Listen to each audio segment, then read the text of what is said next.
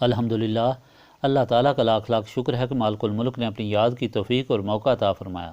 لاکھوں اور کروڑوں درود حضرت محمد مصطفیٰ صلی اللہ علیہ وآلہ وسلم پر، جن کے طفیل مالک الملک نے یہ مہربانی عطا فرمائی۔ سامعین کرام، اللہ تعالیٰ نے قرآن پاک میں ارشاد فرمایا، اعوذ باللہ من الشیطان الرجیم، بسم اللہ الرحمن الرحیم۔ بے شک وہ لوگ جو امید نہیں رکھتے ہم سے ملنے کی اور خوش ہیں دنیاوی زندگی سے اور مطمئن ہو گئے ہیں اس سے، اور وہ لوگ جو ہماری آیتوں سے غفلت برتے ہیں، یہی وہ لوگ ہیں جن کا ٹھکانہ دوزخ ہے،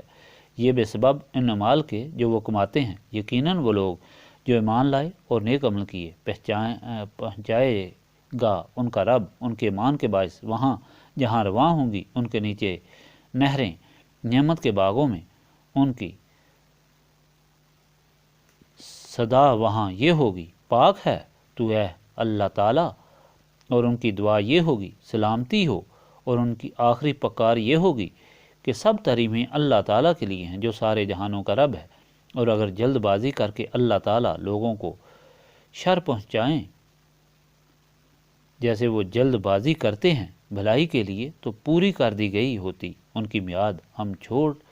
چھوڑے رکھتے ہیں انہیں جو توقع نہیں رکھتے ہماری ملاقات کی، تاکہ وہ اپنی سرکشی میں بھڑکتے رہیں، اور جب آپ پہنچتی ہے انسان کو کوئی تکلیف تو پکارتا ہے ہمیں، لیٹا ہوا، بیٹھا ہوا، کھڑا ہوا، پھر جب دور کر دیتے ہیں اس سے اس کی تکلیف تو چل دیتا ہے جیسے اس نے ہمیں پکارا ہی نہیں تھا کسی تکلیف میں جو اسے پہنچی تھی۔ اس طرح راستہ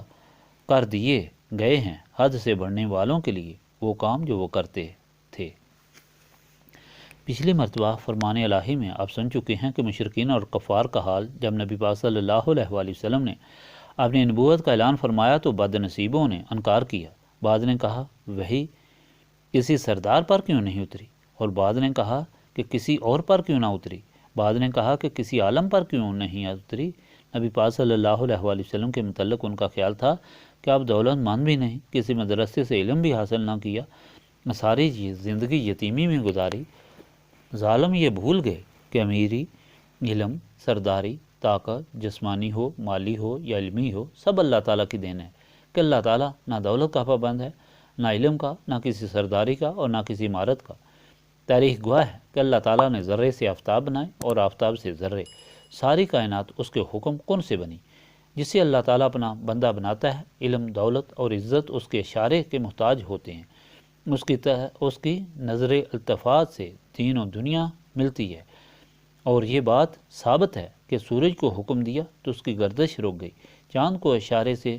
دو ٹکڑے کر دیا، پتھروں کو حکم دیا تو انہوں نے کلمہ پڑھ لیا، انگلیوں سے پانی کی نہریں بہا دیں، درختوں کو حکم دیا تو چل کر خدمت میں حاضر ہو گیا۔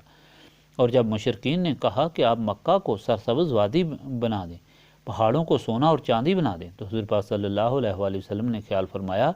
کہ اللہ تعالیٰ نے فرمایا آپ صلی اللہ علیہ وآلہ وسلم کی منشا کے مطابق یہ بھی ہو جائیں گے، لیکن اگر پھر بھی یہ ایمان نہ لائے اور یہ نہیں لائیں گے تو ان پر ایسا عذاب آئے گا جس طرح گزشتہ لوگوں پر آیا، اور نیست و نابود ہو جائیں گے۔ جو حضور پاک صلی اللہ علیہ وآلہ وسلم نے پھر دعا ہی نہیں کی۔ ان منکرین کا ایک بڑا اعتراض یہ تھا کہ کوئی فرشتہ کیوں نہ اللہ تعالیٰ کا پیغام لے کر آیا، یہ انسان تو ہم سے ہے۔ اس کا جواب اللہ تعالیٰ نے دیا، اگر فرشتہ آتا تو تم اس کی ہیبت سے پھٹ کر مر جاتے، اور اگر بچ جاتے تو یہ بہانہ بناتے کہ فرشتہ تو ساری دنیاوی ضرورتوں سے پاک ہے، ہم تو ضرورتوں میں ڈوبے ہوئے ہیں، ہم ایسی پاک زندگی کس طرح گزار سکتے ہیں؟ کہ اللہ تعالیٰ نے تم ہی میں سے انسان کو وحی کے ذریعے ہدایت تمہارے لیے عطا فرمائی، تاکہ تم یہ بہانہ نہ کر سکو اور اس سے مل کر اس سے ہر بات ہر وقت پوچھ سکو، اور اللہ تعالیٰ خود اگر بات کرتا تو کون اس کی بات سن سکتا؟ جب موسیٰ پہاڑ پر تجلی گرنے سے بے ہوش ہو گئے تو یہ کس طرح اللہ تعالیٰ سے صبح و شام ہدایت حاصل کرتے؟ فرمایا یہ بد نصیب اپنے دادا ابراہیم کی دعا کو بھی بھول گئے کہ ہمارے رب انہی میں سے ایک ہادی بھیج جو ان کو تیری کتاب پڑھائے اور سمجھائے، ان کو پاک کر کے تیرے ساتھ ملائے۔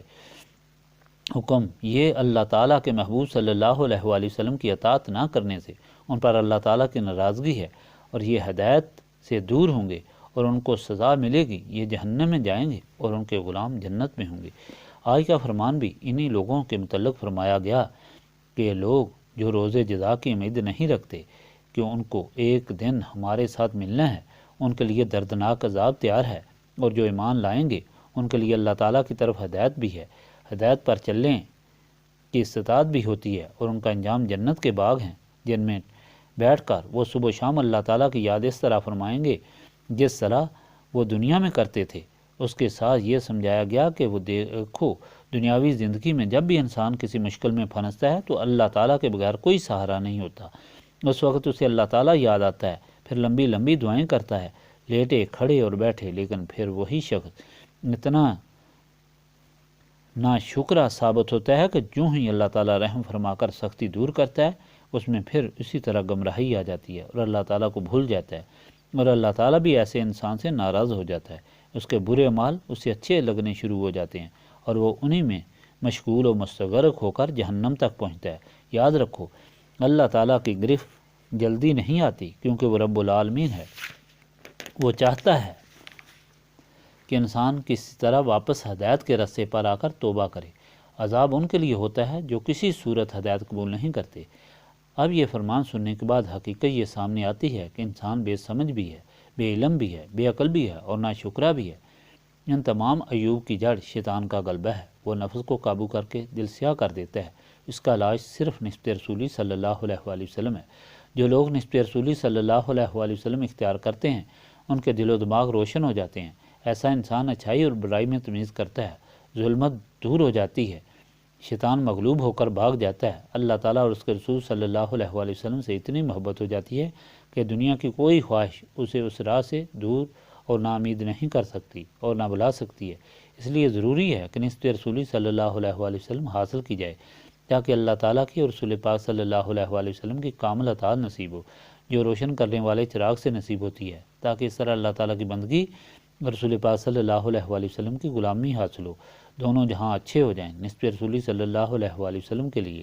دلوں کی صفائی کی ضرورت ہے اور یہ صفائی اللہ تعالیٰ کی یاد سے ہوتی ہے، اس لیے ہم یہاں جمع ہوتے ہیں۔ اللہم صلی علی سیدنا محمد علی آلہ وصحابہ صلاۃ تکون مولانا امان من کل خوف، لا الہ الا انت سبحانک انی کنت من الظالمین۔ ربنا آتنا فی الدنیا حسنۃ وفی الآخرۃ حسنۃ وقنا عذاب النار۔ استغفر اللہ العظیم الذی لا الہ الا هو الحی القیوم واتوب الیہ۔ استغفر اللہ العظیم الذی لا الہ الا هو الحی القیوم واتوب الیہ۔ استغفر اللہ العظیم الذی لا الہ الا هو الحی القیوم واتوب الیہ۔ ربنا تقبل منا انک انت السمیع العلیم وتب علینا انک انت التواب الرحیم۔